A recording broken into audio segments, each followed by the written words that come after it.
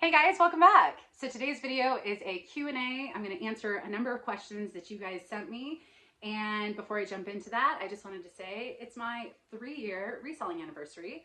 And to celebrate every year, I have an anniversary sale. So if you are interested in anything on Poshmark or on eBay on July 1st, ending on July 4th, it's 50% off everything. So send me an offer. They're linked down below.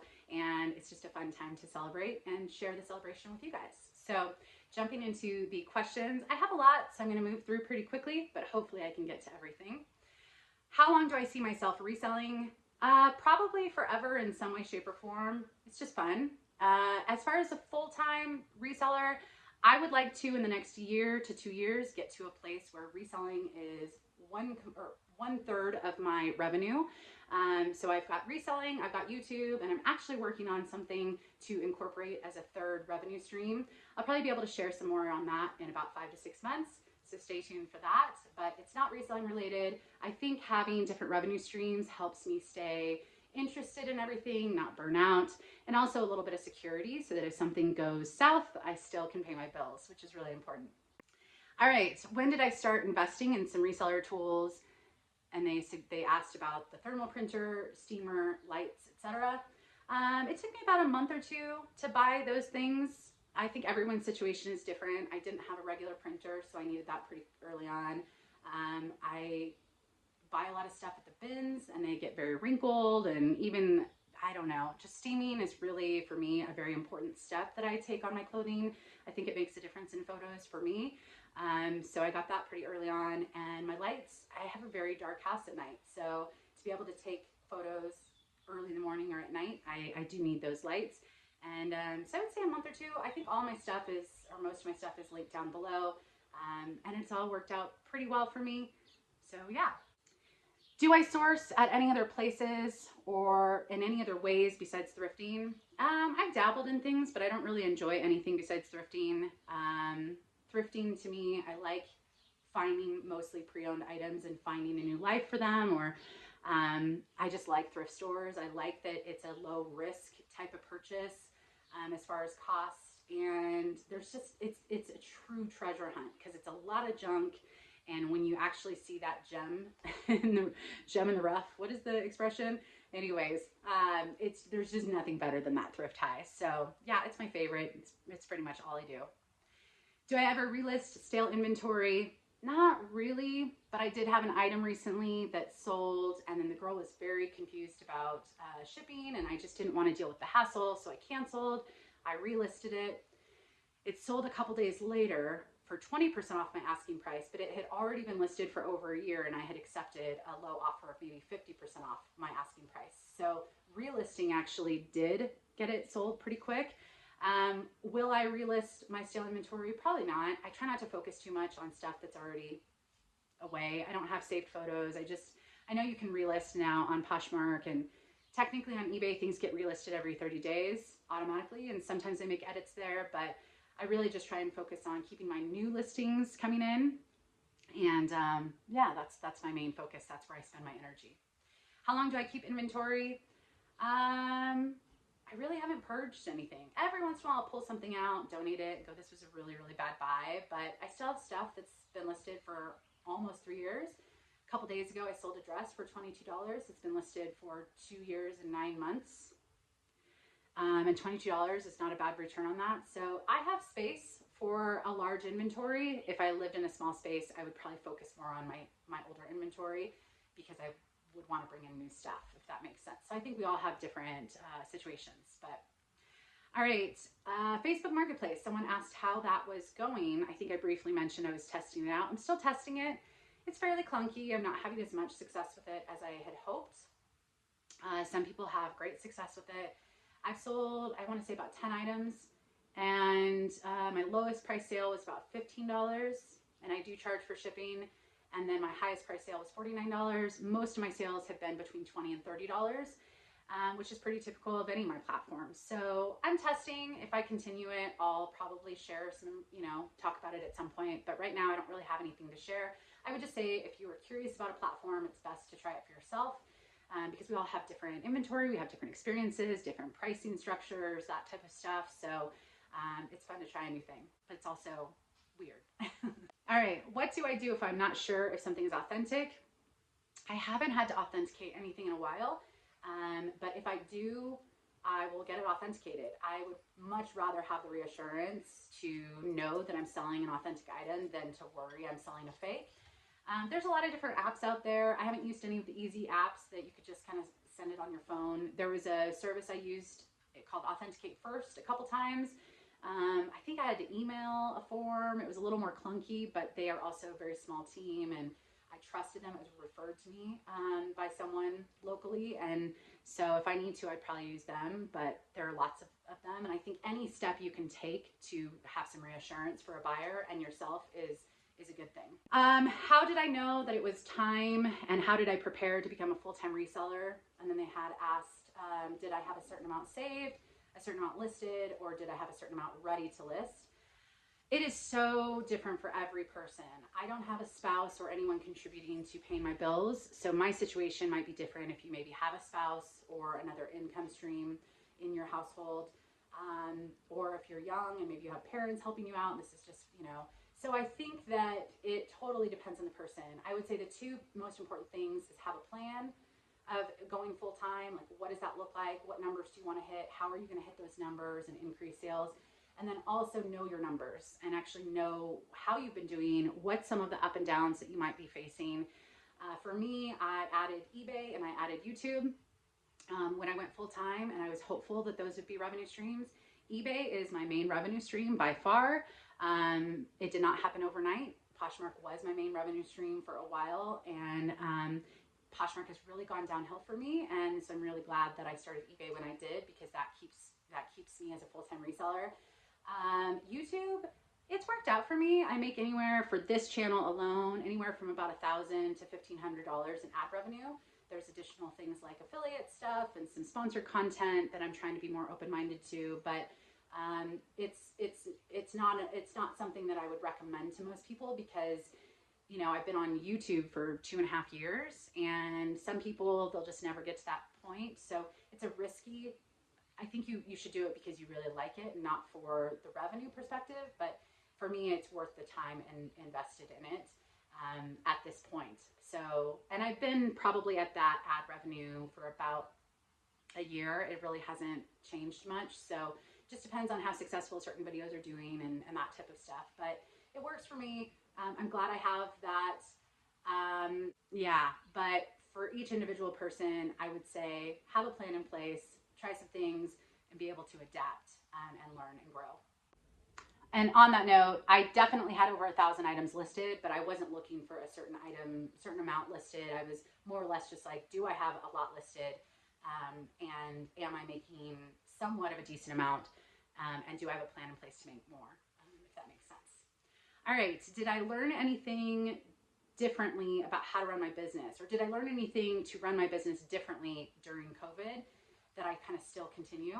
I would say that the number one thing that I still continue after COVID that I did because of COVID was free inventory. I would say, and I've been guilty of this, so I don't want to knock anyone for ever saying this, but I think it irks me when I hear people say it's not worth my time to list this. And maybe it's for every person's kind of different, but I'm pretty efficient with my processing time and, you know, steaming, photographing, measuring, listing, packaging, all that stuff. You know, it's really not that time consuming and for me.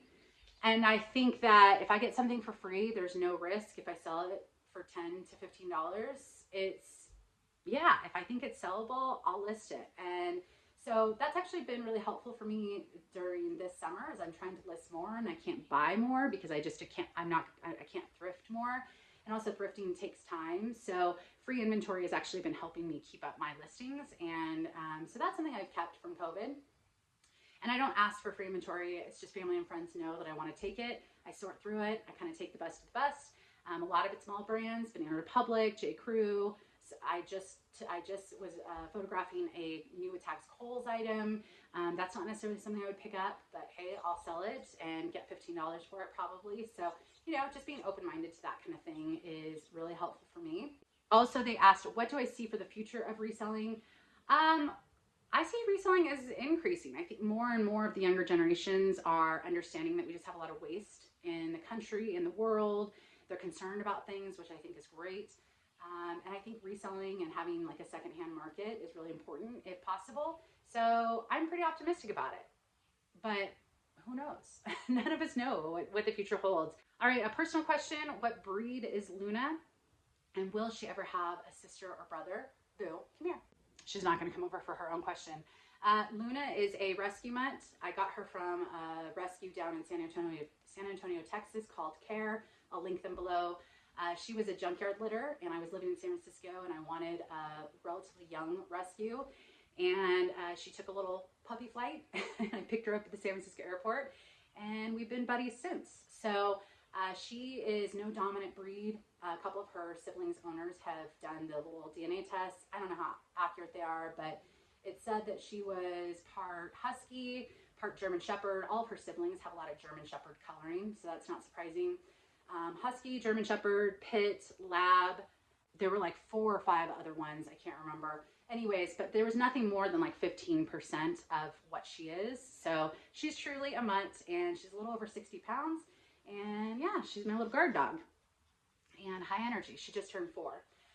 She will not get a sister or brother. Maybe when she's older and she really can't keep up with me on hikes and stuff like that. But I take her to daycare once a week. That costs money. Food costs money. Dogs are expensive. Also, we go car camping, and she fits in her little area. If I had another dog, I don't know where they would go. They would, I don't know. They probably wouldn't cuddle because they would probably be another big dog. But anyways, yeah, she's a great friend for me and a great little buddy, but that's probably it for a while. All right, what's my favorite thing about being a reseller, and what are some of the pros of being a reseller? I would say my favorite thing is for sure just the thrill of the hunt. You know, being in a yard sale or being in the thrift store and just going through just absolute junk and having that thrift high when you recognize something and you know something. There's just nothing better. There's nothing better. And then the pros of being a reseller, I would say the flexible schedule, not to be mistaken with not having a busy schedule.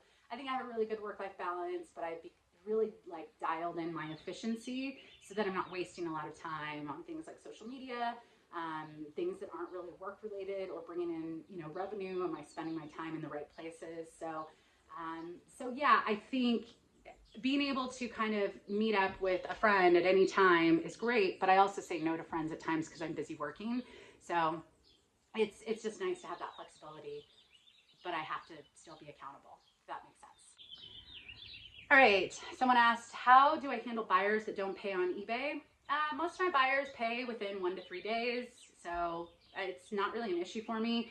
On the occasional time that they haven't paid within 5 days, I just close it and I put buyer hasn't paid. They get a ding on their account. I can relist for free. All is well. It happens maybe 1 or 2 times each month for me, so it's just not a common thing. But I think give people the time to pay. Some people, they don't have notifications on, they forget. So yeah, it doesn't really faze me. What do I do differently during summer slowdown? So this summer, I wanted to go in with a plan in place to kind of combat it. And I think I've been pretty effective. I actually haven't felt much summer slowdown on eBay, which is my main platform. And the 3 things I did that were different this year: in April, I started tracking how many items I was listing each day, and I was really disappointed that I was only listing an average of 8 per day. Part of that is I was kind of on days I was photographing and listing, I was trying to aim for about 10, but then I wouldn't list every day. So I would have a day or 2 that I wouldn't list. And so the average breakdown was around 8 per day, which, I mean, keep in mind, I'm cross-listing to another platform, I'm doing YouTube, I have work-life balance, I'm going down to LA to thrift. So, and I also probably wasn't as efficient with my time and listing. So when I started tracking that, my goal was on May 1st to increase it to about 15 per day. In May, I ended up getting to about 12 per day, which is still an improvement. And I saw my sales after about a month of doing that start to increase. And now I'm at about 15 per day. So I've almost doubled. And usually when I make those changes, it takes a few weeks to see them reflect in my sales. But yeah, I'm actually doing pretty well and I'm really excited about it. So I do believe that listing more items that are sellable, and they don't have to be high priced items. Some of the stuff is free from family, and I'm only listing it for 15, hoping for 10, but it's keeping my listing up. So that's been the first one, is tracking how much I'm listing. I just have a note on my computer, and every night I just go and put in how much I listed for that day. I don't focus on listing every day. I do focus on that weekly number, which is about 105 for me. And if I have a week where I don't hit that, the next week I have to do a little bit more. And it's been really helpful to track. The second thing that I did was, like I said, I started taking free inventory. Because I don't live near thrifting, but also thrifting takes time, I wanted to increase my listing, but not increase my time sourcing. And so I started taking free inventory, and fortunately people are cleaning stuff out. And so it's been really helpful in that sense, to have a balance of items I select and then some items that I just am listing to keep my listing up. And then the third thing I started doing was something called calendar blocking. I used to write to-do lists like manually out, and it was just like, these are the things I want to accomplish today. And I would go and draw a line through it when I finished it, and it was great. I watched a video, and I can't remember who it was. It wasn't a reseller. It was like a productivity tip or video, and they were doing calendar blocking, and instead of having a to-do list, actually designating certain times of the day to do those tasks. So each week at the beginning, I'll kind of look at my week ahead. I'll start putting some stuff in. You know, when I'm going sourcing in LA, it's just a day of thrifting, 5:30 a.m. to 11 p.m. most of the time, which is crazy. And then on other days, I usually start between 7 and I won't schedule anything past 7 p.m. And I'll do photos for 2 hours. I'll do listing for an hour. I'll do lunch. I'll write that in. I will do shipping. I will do post office run. You know, and I've actually got it set like I used to have in my previous jobs. I had a calendar, and I kind of followed that calendar. I used to be a little willy-nilly, and I don't think that's bad either way, but I think the calendar blocking has helped keep me accountable and have a guide for me. So the reason I like that versus a planner is I can go in each morning and I can look and kind of make some small adjustments. I don't have to be like crossing things out. So I think if you just Google calendar blocking, you might be able to find some videos on it. I think that's what it's called. But anyways, those are the 3 things I did, and I haven't really experienced too much of a summer slowdown, which is awesome. All right, why don't I do retail arbitrage or wholesale? Retail arbitrage and online arbitrage, I just don't like shopping. And thrifting to me is like a treasure hunt. Shopping retail there's just something I do not enjoy about it. You're passing on most things. You're basically surrounded by all these good things, and you're finding the good things that are cheap enough to buy. Versus a thrift store, you're going through a whole bunch of junk and you're finding that diamond in the rough. Yeah, that's the expression. So I just don't like it. It's time consuming. I think you have to know what you're doing since it's usually a higher cost. And although I'm pretty comfortable with brands, it's just not my favorite thing, which is okay. We can all do different things as resellers and just find what works best for us. And some people really like it. Wholesale, that would take away the one day where I get to leave my house and do something a little bit different each week. And if I had everything just dropped off at my house, I would probably get pretty burnt out and pretty bored and probably pretty depressed, to be honest. Again, that's just me. I live in a very rural area, and my one day in LA each week is really important for me to be out and about. So yeah, that's why I don't. All right, someone asked how many listings do I have? I think I have a little over 1,500 on eBay, and I have just under 1,500 on Poshmark. I think there's a 20 or 25 item variance. That's because I've started picking up hard goods again for eBay. Most of those things are odd, like electronics and stuff like that, I'm not gonna cross list to Poshmark just for personal choice. And so for the most part, they're right at both about 1,500, which is high for me, but I've been listing a lot, so, and it's been helping my sales. All right, what are my thoughts on the bulk sharing, the bulk offers feature on Poshmark that they just rolled out, and does it change my opinion of Poshmark? I think it's very deceptive to call it a bulk sharing feature or bulk offer feature when you still have to manually tap each item. So does it possibly save people some time by going from 2 clicks to 1 click per item? Yes, and I think any improvement is great, but it is not bulk. I was really optimistic that there would be a select all button and it would select all the items in my closet. It doesn't. It's still 1,500 items I would have to manually select. I pay someone to do my sharing, so it's not something I worry about, but I still have to pay someone to do something that I just don't agree with. I don't think it's supportive of business sellers and our time, and the time spent sharing or the money spent to pay someone to share could be better used in other places. So I am hopeful that someday they will make a smarter decision and actually have a select all button and actually make it a bulk feature. but as of right now, it's still a manual sharing process in my opinion. So it doesn't change my opinion on Poshmark. Poshmark still has pros and cons, like all of them do. But in my opinion, it's my least selling platform between Poshmark and eBay, and it requires more work, and they take a higher fee. So it's not my favorite, but I still sell on it because I've invested a lot into it, and I am hopeful that maybe they will come around someday. All right, this next question is not reselling related, but wowzers, I have learned a lot in the last 6 months because of you guys. I don't even remember, November, maybe? I think it was November, shared an image on my last Q&A of the guy I was dating at the time. And I shared that once on one video on this channel. And for the last 6 months, I still continually, every once in a while, will get a comment, what happened to that guy that you shared with us? Or, oh, he was so great. I hope you didn't break up with him. The dog is grunting over here because she feels the same way as I do. Wow, that was an experience to go through, and I am not, I'm better off for it. I didn't think I would ever experience anything like that, like a public breakup per se. But I honestly was just shocked, just the amount of interest. Now I did share him on 3 videos on my other channel.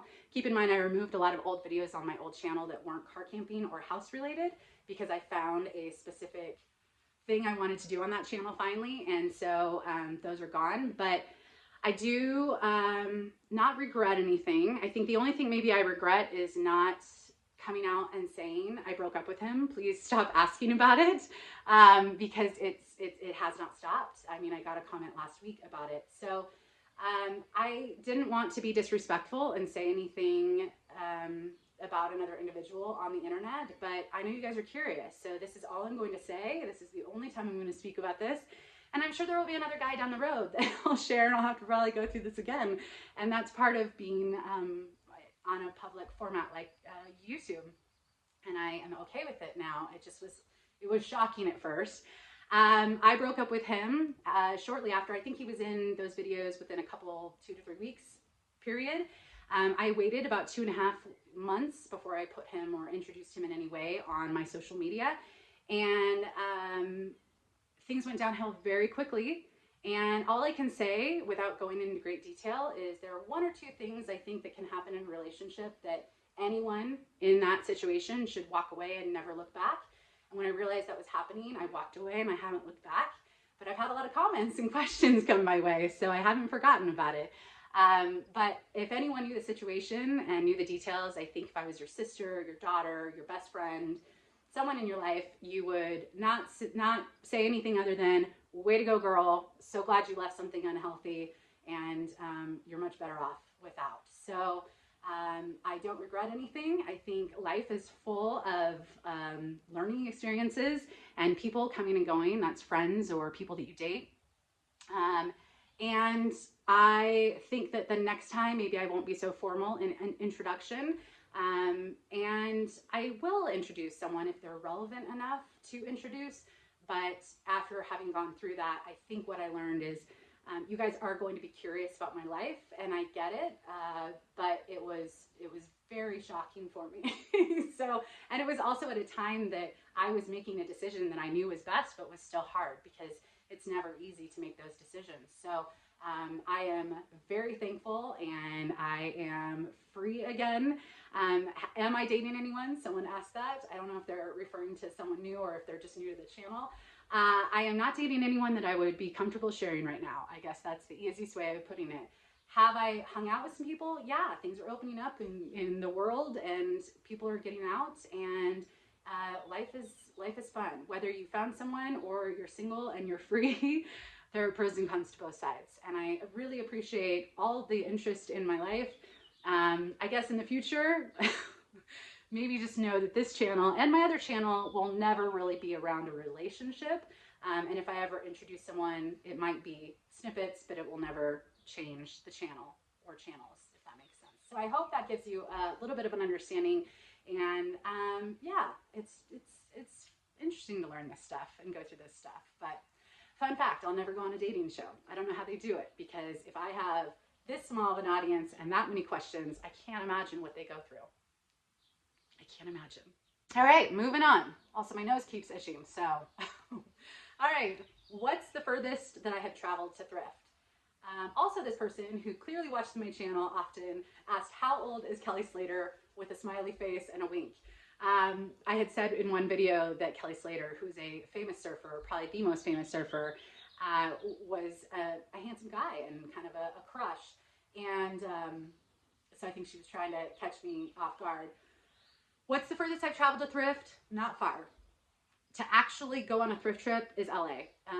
I did some thrifting in San Diego, which is further than LA, but I was going there for a wedding, so it wasn't to thrift, but I did stop at a couple thrift stores. So yeah, not very far. And I can travel for my second channel, and that's kind of a nice break for me from reselling. So I don't really stop at thrift stores when I'm out on those trips. And in regards to your second question, Kelly Slater, I do not know his age, but I know he's older than my one of my exes from the Bay Area, who was a surfer, and we used to talk about surfing a lot more. And I know he was older than him, and my ex is 44, so I'm gonna say he's somewhere between 44 and 50. That's my guess, but I don't know. Google it. Let me know in the comments. He's still a fantastic surfer, and he's also married, so yeah. All right, someone also asked if I could spend a weekend thrifting anywhere in the US or anywhere in the world. I don't think they specified. Where would it be? If I was traveling internationally, I would not be thrifting. I probably would be curious. I might pop into something, but I wouldn't make the trip about thrifting. A weekend thrifting anywhere, I would probably make that San Francisco. I have spent so much time in thrift stores up there and antique stores and buy-sell trade stores and that kind of stuff, but never as a reseller. And I would love to go back and see what I could find in my old spots. And I hope to make that happen. It's not planned, but I'm sure I'll end up there at some point in the next year or two to thrift. All right, let's see. Do I do consignment for other people? No, I think I did a video on that a while ago. I tried it. I didn't like it. If other people enjoy it, that's great. It just wasn't for me. I didn't like the responsibility of having other people's items and having the responsibility of selling it. Yeah, so not for me. What is the most annoying part of reselling? I don't really think there's an annoying part of reselling. I think there are things that I don't feel like doing on certain days, and that's okay. That's like any job. So, but everything I like the monotony sometimes of just photographing and just setting a goal and putting on music and kind of spacing out. Some days I don't like thrifting, you know, because it's a long day and I'd rather be home for whatever reason. So yeah, so I think everything has its pros and cons. I would say the most annoying thing about reselling as a community is just that there's a lot of bad advice. I try, and the people I tend to follow and watch are people who share what's working for them, but never say you should do this, or if you want more sales, you have to do this. People who give advice on what you should do, that's usually where I check out, because I think it's just so different for everyone. And I think there are ways to share that, hey, this is working for me. It may work for you, without being so like guide-like or course-like. But some people really like having someone set a guide for them. So I don't know. But that kind of annoys me because there's just usually a lot of bad tips and bad advice in my opinion. Not by everyone. All right. Do I regret leaving my job? Am I doing better now than when I had a job? No, I was doing fairly well at my previous career, so it would take a lot for me to get to that point, especially when you incorporate the cost of healthcare, matching 401k, some of the incentives of certain employment, you know, vacation time, that kind of stuff. I am not there, but I will be at some point, but I am not there. In regards to do I regret leaving my job? Absolutely not. It's hard being self-employed, and there are days where I think maybe I should just go get a contract, you know, a few months, work on a project and take a break for a little bit, just because I don't want to get burnt out on reselling, and I'm not, but I could see it happening, which is why I'm incorporating another element to my revenue streams. But I don't regret leaving because I have a good life and I am learning a lot, and I think that's really important. I also just really did not like that commute. I live in a very rural area, and any job that would meet my expectations and qualifications would be 2 to 3 hour commute each day. Or it would be virtual, in which case I would probably have to travel to that company at times and possibly have to do work trips. And I just don't want to do that again. But how do I store my inventory in Workspace? I promise, I said this the last one, and I promise I will get to it. It was winter, and then I started car camping, and then that just got off my plate, and now it's hot in summer, and I just don't want to be out sweating, showing you guys my inventory. So hopefully this fall, when I have some things organized and I have kind of dialed in some things, and then it would be more helpful to share, I think. If I were to pick one platform, which would it be? eBay. There's no surprise there. Right now it's double to triple what I make on Poshmark with less time, and it's a great platform. All of them have pros and cons, including eBay, but I have very few issues there and a lot more money because I've invested time into it. Someone was asking, do they need an eBay store if they have 400 items listed? I don't know the specifics, but I think if you have more than a couple hundred listed, you might want to pay the $5 per month to get the basic store or the starter store. I got that after having a couple hundred items listed. And there's some incentives with listing fees to list items. I think you get a certain amount. So it breaks down to, you would actually save a little bit of money. There's also some other little incentives. So if you aren't confident, I think they have a comparison of the different stores, levels of stores, and what you get for them. But if it were me and I were 400 items listed, I would have at least the basic starter eBay store, which is, I believe, $5 a month, at least when I signed up. Have I been scammed before? No, not in the traditional sense. There's been some like wonky things that have happened, but nothing major. And I think I've shared a couple videos here, but not really. No, and that was what I was most frightened of. And I've sold over 6,000, maybe close to 7,000 items between everything. So yeah, it will happen, but it doesn't happen often. So do I have any plans to move back to San Francisco? No, I'm in my dream life here. Yeah, I lived a really long time in the San Francisco Bay Area, and it was great. And I love Northern California. But it was time for me to go. And now I'm closer to family. I own a beautiful home, at least to me. And I'm really happy, and life's good. It's not perfect, it never is, but it's good. All right, last question. How am I preparing for fire season? So the reason this person was asking was they also live on the West Coast in a high fire risk area, and they're worried about their inventory. Do I have a plan to grab my inventory if there was a fire? I've actually had a fire here and actually had to evacuate. It didn't get to my house, fortunately. But that was quite scary. I would grab some personal things and I would leave the inventory behind. The cost of my inventory is relatively low and not worth being concerned over if there was a natural disaster. So I would let it go and I would figure things out. I think a lot of people lose a lot of stuff. And I would probably increase my YouTube content, and I would start from scratch, and I would probably share my experience on YouTube, which would hopefully bring in a little bit of money. But yeah, that would be devastating, but anything could happen to any of us anywhere. So I hope that I'll be safe. I try to keep my weeds down and try to have just general common sense. We have some fire route escape plans in our area.